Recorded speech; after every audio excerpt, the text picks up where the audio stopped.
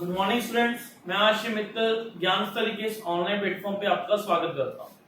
आपको पता है कि हम UP higher education service commission Allahabad की जो वैकेंसी निकली है उसमें एजुकेशन का जो जिन बच्चों ने एजुकेशन रखा हुआ है, एजुकेशन के रिगार्डिंग पोस्टों पे अप्लाई कर रहे हैं, उनके लिए बैच शुरू किया हुआ है जिसमें मैंने आपको सबसे पहले पार्ट डी, आपके सिलेबस का पार्ट डी जो क्या था एजुकेशनल रिसर्च, वो शुरू करवाया है। ठीक, हमने अभी तक 2 वीडियोस हमारी आ चुकी हैं जिसमें हमने सबसे पहले आपके पार्ट डी का ए पार्ट जिसमें था मीनिंग क्या है, एजुकेशनल रिसर्च का मीनिंग क्या है, एजुकेशनल रिसर्च का मीनिंग क्या है, इसकी क्या नीड्स हैं, क्या नेचर है, हमने फर्स्ट वीडियो में इसे डिस्कस कर लिया है। सेकेंड वीडियो में हमने इसका सेकेंड पार्ट जो आपके सिलेबस में है उसे हमने डिस्कस कर दिया है।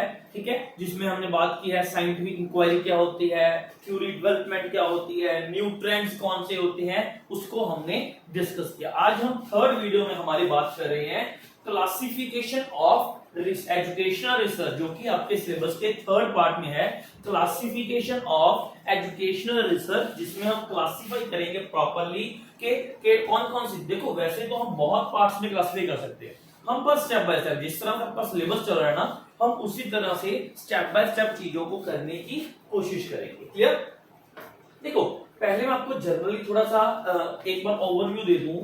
जिन बच्चों ने पिछले वीडियोस को प्रॉपरली नहीं देखा है, जब कोई डाउट है तो बच्चे कमेंट बॉक्स में जरूर बताते रहना, कमेंट्स जरूर करना, ताकि हमें पता लगता रहे कि आप हमारी वीडियोस को सुन रहे हो, ताकि हम आपकी प्रॉब्लम्स को सॉल्व कर पाए। ठीक है ना, अभी लॉकडाउन चल रहा है हर जगह पे लगभग, ठीक है, तो आपके पास एक बहुत अच्छा मौका है कि आप अच्छे से अपनी तैयारी को कंटिन्यू कर सकते हो। ठीक है, तो देखो सबसे पहले देखो हम बात कर रहे हैं रिसर्च की, एजुकेशनल रिसर्च। एजुकेशन के फील्ड में रिसर्च का एक बहुत ही इंपॉर्टेंट रोल है।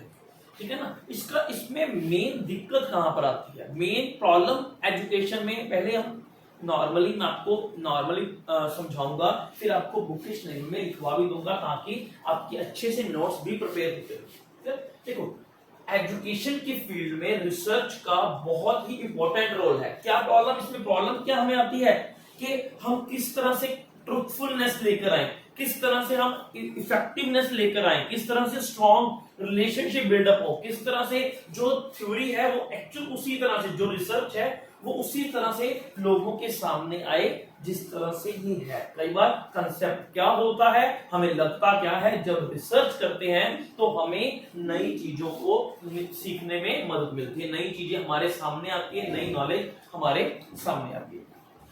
देखो हम रिसर्च कर रहे हैं, लास्ट हमने ट्रेंड्स की बात की थी, आईसीटी की बात की थी, हम रिसर्च कर रहे हैं तो रिसर्च के बेसिक कुछ तो पार्ट्स होंगे ना, तो किसी तरह के तो होंगे।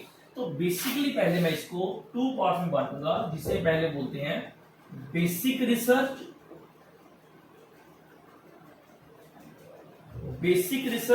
एंड सेकंड कौन सी होगी, अप्लाइड रिसर्च।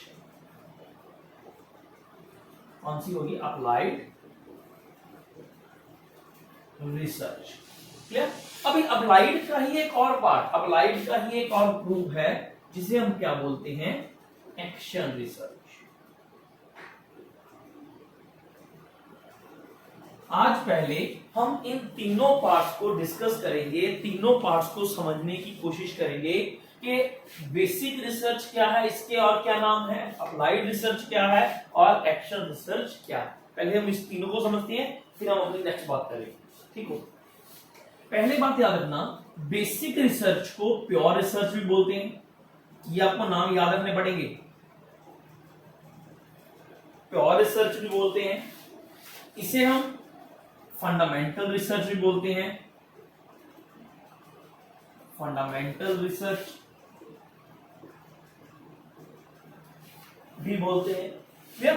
देखो अब बेसिक रिसर्च या फंडामेंटल रिसर्च का मतलब क्या है। फंडामेंटल रिसर्च या बेसिक रिसर्च, अब हमारा क्वेश्चन ये अराइज होता है कि फंडामेंटल रिसर्च या बेसिक रिसर्च का क्या बेनिफिट है, कहां यूज करते हैं, क्यों यूज करते हैं, किस तरह से यूज करते हैं, ये सारा कंसेप्ट इसमें दिया गया है। बेसिक रिसर्च या प्योर रिसर्च या फंडामेंटल रिसर्च में हम क्या बात करते हैं, इसमें हम बात करते हैं कोई न्यू थ्योरी डेवलप करनी हो। क्या? कोई नई थ्योरी डेवलप करनी हो, कोई न्यू नॉलेज,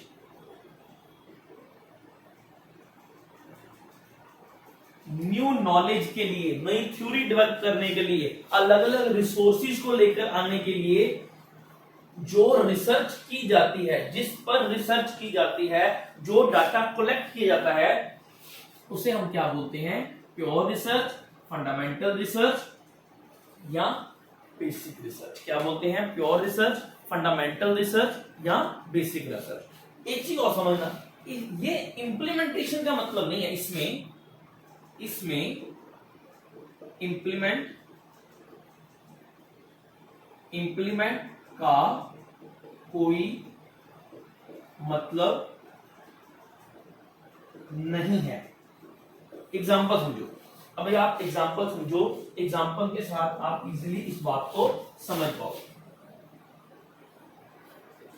एग्जाम्पल के साथ आप इजीली इसको समझ पाओगे। देखो, हम बात, आपने एक वर्ड सुना होगा पैवलोव।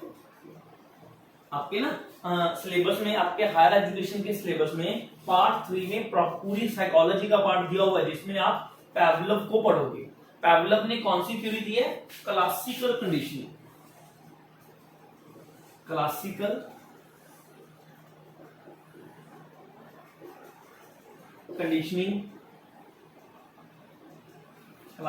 कंडीशनिंग थ्योरी, ये किसने दी है? पैवलोव ने।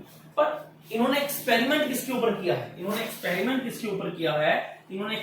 किया है डॉग के ऊपर। इसके ऊपर एक्सपेरिमेंट किया है डॉग के ऊपर, जिसमें इन्होंने प्रूव किया है कि एक डॉग जो है, अगर उसकी लगातार, अगर किसी भी पर्सन की, किसी भी एनिमल की लगातार एक ही जैसी कंडीशनिंग होगी, तो उसके रिस्पॉन्स अपने आप उसी तरह से आने शुरू हो जाए। ये तो हुई पैवलोव की बात। पर हम इसे बेसिक रिसर्च, हम इसे फंडामेंटल रिसर्च के साथ किस तरह से जोड़ सकते हैं? क्योंकि जो पैवलोव है, ये साइकोलॉजिस्ट नहीं है, ये साइकोलॉजिस्ट नहीं है। पैवलोव कोई साइकोलॉजिस्ट नहीं था, ये तो वेटरनरी डॉक्टर था, ठीक है ना। ये तो एक डॉक्टर था, मतलब जानवरों का एक डॉक्टर था, जिसने एक एक्सपेरिमेंट किया था, जिसने एक थ्योरी डेवलप की थी, ठीक है। उसका यूज हम देखो, उस थ्योरी का यूज हम किसमें कर रहे हैं? साइकोलॉजी में कर रहे हैं, ठीक है। तो दैट मीन्स ये है बेसिक रिसर्च। ये है, मतलब उसने कोई नई थ्योरी दे दी, ये नहीं कि क्यों थ्योरी दी, ये नहीं कि मैं इस पे अप्लाई करूंगा, इसे मैं इस सब्जेक्ट पर लेकर आऊंगा। न्यूटन आपने सभी ने सुना होगा, न्यूटन ने जो है लॉ ऑफ ग्रेविटी की बात की है, ठीक है। तो उसने, ये कोई नहीं था कि एक एप्पल गिरा और उसने वहां पर उसके माइंड पे आ गया कि मैं इसे साइंस में यूज करूंगा, नहीं, कुछ नहीं। उसने जस्ट अपना एक लॉ दे दिया, एक नई थ्योरी डेवलप कर दी, बेसिक नॉलेज को जो है बता दिया। वो हमारी क्या हो गई? Basic research, pure research, fundamental research. तो उम्मीद आपको समझ आ गया होगा। दूसरी बात, एक और बात समझो कि देखो, आप याद रखना कि कोई भी नई थ्योरी डेवलप हो रही है, अगर कोई नई थ्योरी डेवलप हो रही है, ठीक है, तो वो सारी थ्योरीज किस में आएगी? बेसिक रिसर्च में आएगी। आपके क्वेश्चन में ये क्वेश्चन आ सकता है, ठीक है, आपको ना यूनिट 3 और 4 में कंफ्यूज करने के लिए कि प्याजे की जो थ्योरी है कॉग्निटिव डेवलपमेंट, ठीक है, वो कौन सी रिसर्च का पार्ट है, आपको कंफ्यूज करेंगे। क्योंकि देखो, आप हायर एजुकेशन के लिए जो है पोस्टरी की वैकेंसी निकली है, तो ऑब्वियस आपको चीजों को कोरिलेट जरूर करेंगे, एक को दूसरे के साथ कोरिलेट करने की कोशिश जरूर करेंगे। तो इसलिए याद रखना, अगर आया प्याजे थ्योरी, पैवलोव थ्योरी, कोई थ्योरी आई कि ये कौन सी थ्योरी है, कौन सी रिसर्च है, तो आपका आंसर क्या आएगा? आपका आंसर क्या आएगा? Basic research. क्या आंसर आएगा आपका? Basic research. क्लियर? आपको बेसिक रिसर्च समझ आ गया। अभी हम बात कर रहे हैं अप्लाइड रिसर्च। बेसिक समझ आ गया ना आपको। अब हम इसके सेकंड पार्ट की बात कर रहे हैं जो कि क्या है, अप्लाइड रिसर्च। हाँ जी, इसकी क्या हिस्ट्री है, किसे अप्लाई किया, किस तरह से अप्लाई हुआ, इससे बताने से पहले पहले मैं आपको इसके रिलेटेड जर्नल बातें बताऊं, इसके रिलेटेड कुछ जर्नल बातें बता दूं, फिर हम इसकी हिस्ट्री के बारे में बात करेंगे कि जी अप्लाइड की बात किसने की है, किसके दिमाग में ये आइडिया आया, किस तरह से ये डेवलप हुआ। मैं आपको प्रैक्टिकल बुकिश नॉलेज और आपको कंसेप्चुअल दोनों तरीके से आपको समझाने की कोशिश करूंगा। हमने बात की थी बेसिक रिसर्च में, बेसिक रिसर्च प्रॉब्लम ओरिएंटेड नहीं था, ये सोचकर नहीं दी गई थी कि मैं इसलिए बना रहा हूं, इसको सॉल्व करने के लिए मैं काम कर रहा हूं, वो मेरी फंडामेंटल रिसर्च नहीं थी, मतलब मेरा उस पर इंप्लीमेंटेशन का कोई मतलब नहीं था। पर जब मैं बात करूंगा अप्लाइड, ठीक है ना, तो ये क्या है, it is a result oriented या प्रॉब्लम ओरिएंटेड, ठीक है ना। इसमें हम क्या करेंगे, कोई प्रॉब्लम है, कोई प्रॉब्लम आई है, उसको सॉल्व करने के लिए किस चीज का यूज किया जा सकता है, किस चीज को इंप्लीमेंट किया जा सकता है। जैसे मैंने बताया ना आपको कि पावलोव की जो थ्योरी है उसे साइकोलॉजी में यूज कर दिया कि हम इससे साइकोलॉजी में बच्चों को एक कंसेप्ट दे सकते हैं, इससे प्रॉब्लम का सॉल्यूशन हो सकता है। तो दैट मींस फर्स्ट बात क्या हुई कि applied research is related to problem based situation. Second, it is practical, practical in nature. Practical in nature का मतलब देखो क्या है, प्रैक्टिकल इन नेचर का देखो मतलब क्या है कि हम अप्लाइड रिसर्च को इंप्लीमेंटेशन की बात करते हैं, अप्लाइड रिसर्च की इंप्लीमेंटेशन की बात करते हैं, प्रैक्टिकली हम उसे इंप्लीमेंट करते हैं किसी सिचुएशंस के ऊपर, किसी इंफॉर्मेशन के ऊपर, कोई सिचुएशन के ऊपर हम करके देखते हैं। देखो एक बात याद रखना कि जो रिसर्च है, ठीक है ना, ये साइंस है एज वेल एज ये आर्ट है। जिस तरह साइकोलॉजी बोलते हैं ना, तो ये भी एक साइंस, मतलब फैक्ट्स को लेकर चलती है। ये भी ऐसे नहीं है कि आप बोल दोगे कि ऐसे इस तरह हो गया, नहीं होगा, इस तरह नहीं मानता। ये बोलता है, ये रिसर्च प्रूव करती है, टेस्ट करके अपनी चीज को पहले टेस्ट करती है, टेस्ट के बाद जो रिजल्ट आते हैं उसको आप कहीं भी इंप्लीमेंट कर सकते हो। ये मेरा बेसिक है रिसर्च का, क्लियर ना। तो अप्लाइड रिसर्च में जो मेरी थ्योरीज बन गई उसे मैं अप्लाई कर रहा हूं, या मैं कोई नया डेवलप कर रहा हूं किसी प्रॉब्लम को ध्यान में रख के कि इसको सॉल्व करने के लिए मैं क्या करूं। Clear. Third, immediate solution, immediate solution in wider level. कई बच्चे ना ये समझते हैं कि जहां पर इमीडिएट वर्ड आ गया ना, चुप करके आंसर क्या लगा दे, एक्शन रिसर्च। गलत बच्चे, गलत। ये कंफ्यूजन नहीं दिमाग में पालना। इमीडिएट सॉल्यूशन इसमें भी, अप्लाइड में भी होता है, पर वाइडर लेवल पर होता है, बड़े लेवल पर होता है, ठीक है। एक्शन रिसर्च में हम छोटे लेवल की, वो हम जब आएगा हम इसके बाद समझेंगे, तो छोटे लेवल की हम बात करेंगे कि जो अप्लाइड है, जो अप्लाइड रिसर्च है, ये क्या है, हम वाइडर लेवल पर किसी चीज को क्या करते हैं, किसी चीज को, किसी प्रॉब्लम का सॉल्यूशन करने की कोशिश करते हैं, ठीक है। इसमें इससे हमें नई नॉलेज मिलता है, नया एक्सपीरियंस मिलता है, कुछ मॉडिफाई करते हैं। तो ये तो हुआ इसका बेसिक। अब हम बात कर रहे हैं कि इसकी हिस्ट्री क्या है, किसने बात की अप्लाइड रिसर्च, किसने बात की अप्लाइड रिसर्च। तो आप एक लिखो, कंसेप्ट लिखो, फिर मैं आपको उसके बारे में समझाता हूं। The birth of applied research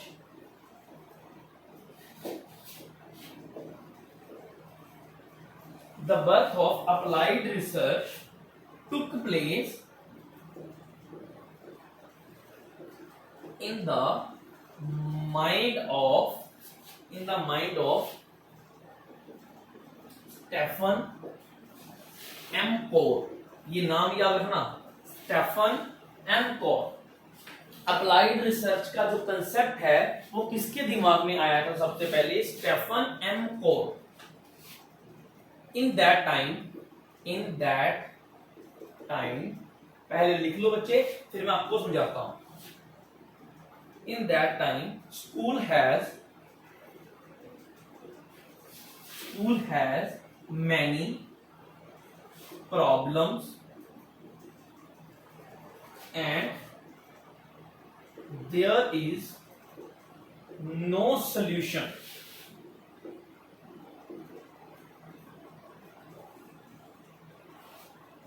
There is no solution available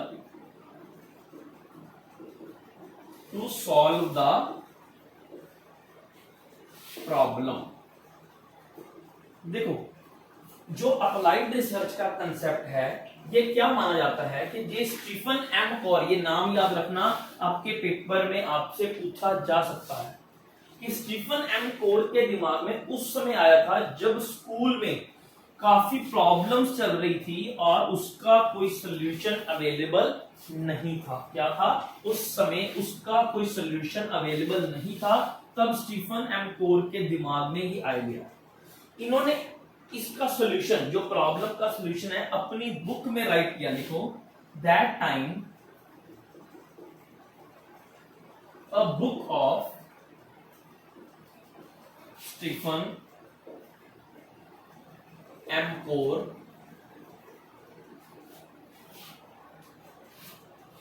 कौन सी बुक थी? Action research to improve school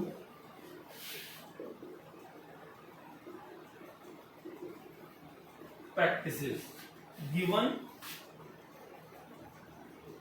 solution to these problem। और इसी को बाद में क्या बोला गया? Later it will called applied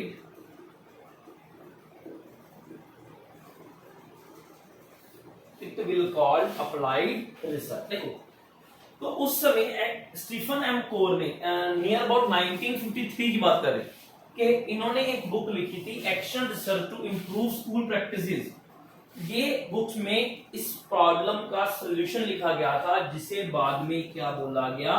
applied research. जिसे बाद में क्या बोला गया? Applied research. क्लियर? आपको समझ आ गया होगा? ठीक है, अब हम बात करते हैं एक्शन रिसर्च। अब हम इसकी बात करते हैं, एक्शन रिसर्च।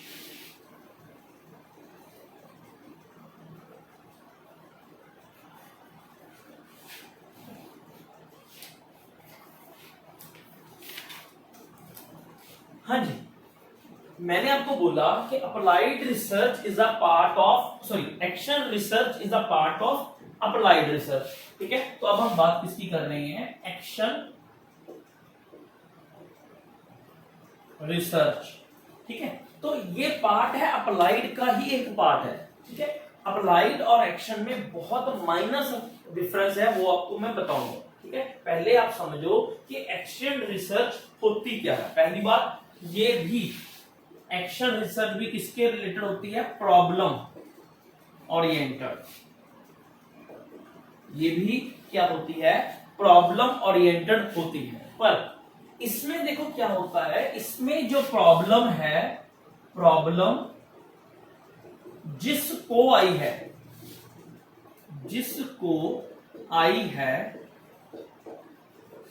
वो ही प्रॉब्लम का सॉल्यूशन करेगा अपने तरीके से। वो ही, यही मेन डिफरेंस है। देखो, अप्लाइड में क्या होता है? कोई थ्योरी बनी, ठीक है, उसे हम अप्लाई करते हैं। ठीक है, तो उसके साथ मेरे प्रॉब्लम का सोल्यूशन निकलता। पर एक्शन रिसर्च में क्या है कि कोई थ्योरी बनी, मैंने अप्लाई किया, पर वो अप्लाई नहीं हुई, प्रॉब्लम सॉल्व नहीं हुई, तो मैंने इमीडिएट चेंजेस कर दी, इमीडिएट सोल्यूशन निकाल दिया, इमीडिएट मॉडिफिकेशन कर दी। क्या कर दी? इमीडिएट मॉडिफाई कर दिया। तो देखो, जो बच्चे इमीडिएट वर्ड से याद रखते हैं तो वो देखो इमीडिएट यहां पर भी आ गया। तो गलती नहीं करनी है, इमीडिएट से अप्लाइड और एक्शन दोनों में कंफ्यूज हो जाओगे। अगर दोनों को डिफरेंशिएट करना है तो क्या करोगे? इसमें क्या होगा? Immediate solution at wider level, ठीक है, और एक्शन में क्या होगा? Immediate solution for local level या स्मॉल लेवल। एग्जांपल समझाता हूं आपको। मान लो मेरे प्रिंसिपल ने मेरे को बोला कि आप क्या करो, आपकी एग्जांपल लिख देता हूं।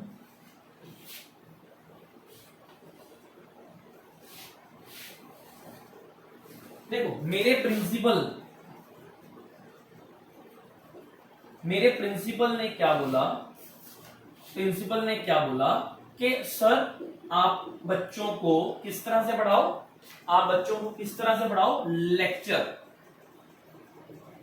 मेथड से पढ़ाओ। मैंने बोला ठीक है, मैं क्लास में गया। यहां गया क्लास में। अब तक जो मैंने क्या किया, यहां पर लेक्चर मेथड यूज किया। तो ये मैं जो कर रहा हूं, ये तो मेरी क्या हो गई? अप्लाइड रिसर्च हो गई, ठीक है ना, कि कुछ रूल से उसको फॉलो किया, उसे इंप्लीमेंट कर दिया। पर मैंने क्या देखा कि लेक्चर मेथड से बच्चों को समझ नहीं आ रहा। मैंने क्या देखा? लेक्चर मेथड से बच्चों को कुछ भी समझ नहीं आ रहा, बच्चों के दिमाग में कुछ भी नहीं जा रहा। तो मैंने क्या किया? इमीडिएट सॉल्यूशन कर दिया, इमीडिएट मैंने मेथड चेंज कर दिया। मेथड चेंज, मैंने किसी से पूछा नहीं, ठीक है ना, जस्ट मेरे को लगा कि ये चीज नहीं सही, ये चीज इंप्लीमेंट नहीं हो रही, तो मैंने इमीडिएट जो है मॉडिफाई कर दिया, चेंज कर दिया। और बच्चों को कौन से मेथड से पढ़ा दिया मैंने? डिस्कशन, जिससे बच्चों को क्या है? बहुत अच्छा समझ आया, ठीक है, बच्चों को बहुत समझ आया, बच्चों ने बहुत अच्छा लर्न किया। तो जो मैंने यूज किया, ये मेरा क्या था? एक्शन। मेरे को प्रॉब्लम आई तो मैंने किसी से पूछा नहीं, खुद चेंजेस कर दिए। तो ये मेरा क्या था? Action research. ये मेरा क्या था? Action research. इसका ना साइकिल जरूर याद रखना कि एक्शन रिसर्च में साइकिल जरूर पूछ देते हैं। सबसे पहले क्या होता है? प्लान, फिर एक्ट, देन ऑब्जर्व। देखो, सबसे पहले हम बात करते हैं प्लान की, फिर एक्ट की, फिर ऑब्जर्वेशन, फिर रिफ्लेक्शन, ठीक है। कोई प्रॉब्लम आई तो फिर रीप्लान, रीएक्ट, रीऑब्जर्व, री रिफ्लेक्ट। इस तरह से ये सर्कल जो है एक्शन रिसर्च का, जो ये सर्कल है, इस तरह से चलता रहता है साइकिल।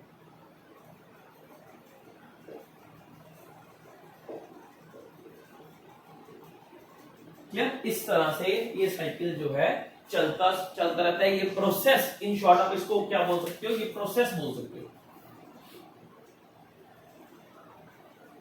ये प्रोसेस जो है चलता रहता है।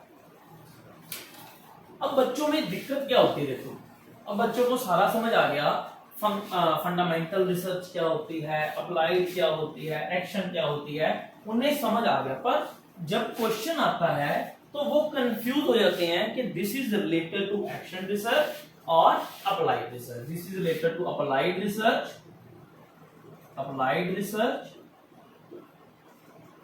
और एक्शन रिसर्च। तो मैं आपको बहुत इजी वे में 2 लाइंस में ये बात को समझाने की कोशिश करता हूं कि हम किस तरह से इसमें डिफरेंशिएट कर सकते हैं। देखो, applied research,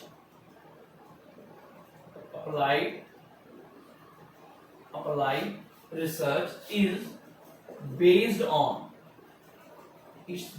on large population। पहली बात क्या हुई कि ये लार्ज पॉपुलेशन के ऊपर करता है।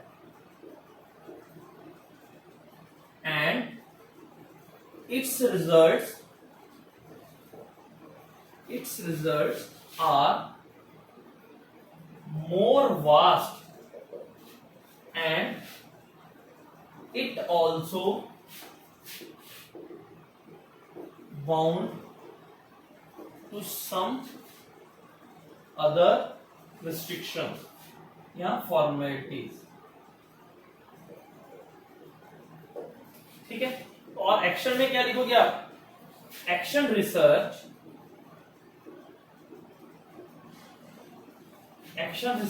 is limited to class and school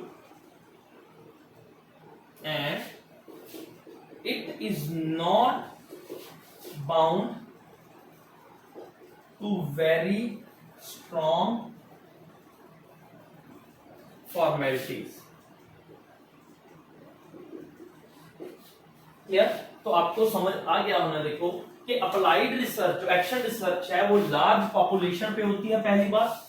second बात, ये बहुत वास्ट इसका एरिया होता है और इसमें कुछ बाउंडेशंस होते हैं, मतलब इसमें फ्लेक्सिबिलिटी नहीं होती, इसमें बाउंडेशंस होती हैं, हम उसे बाउंडेशंस को, उस रूल्स को फॉलो करना पड़ता है। एक्शन रिसर्च में क्या है, लिमिटेड होती है, क्लासरूम तक होती है, उसमें स्ट्रॉन्ग फॉर्मेलिटीज नहीं होती, मतलब इसमें जिसको प्रॉब्लम आई है उस वो ही सोल्यूशन करेगा। ये क्लास से शुरू होती है एक्शन रिसर्च और क्लास में ही खत्म हो जाती है, तो वो क्या है मेरी action research. Immediate solution at large level, immediate solution at local level लिखा होगा, क्लास लेवल लिखा होगा, लोकल लेवल लिखा होगा, स्कूल लेवल लिखा होगा, तो वो क्या आंसर आएगा, एक्शन रिसर्च। देखो आज हमने क्लासिफिकेशन की बात की, आपके थर्ड टॉपिक की बात की, जिसमें आपको दिया गया है फर्स्ट फंडामेंटल रिसर्च, सेकंड आपको अप्लाइड रिसर्च और थर्ड आपको एक्शन रिसर्च के बारे में बताया गया है।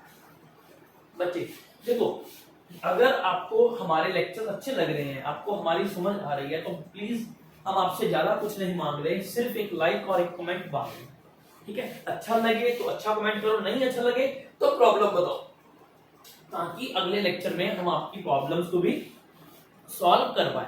ठीक, अगर कोई प्रॉब्लम मेरे पढ़ाने में आ रही है या कुछ समझ नहीं आ रहा तो चैट बॉक्स में लिखो, मैं आपका रिप्लाई जरूर करूंगा।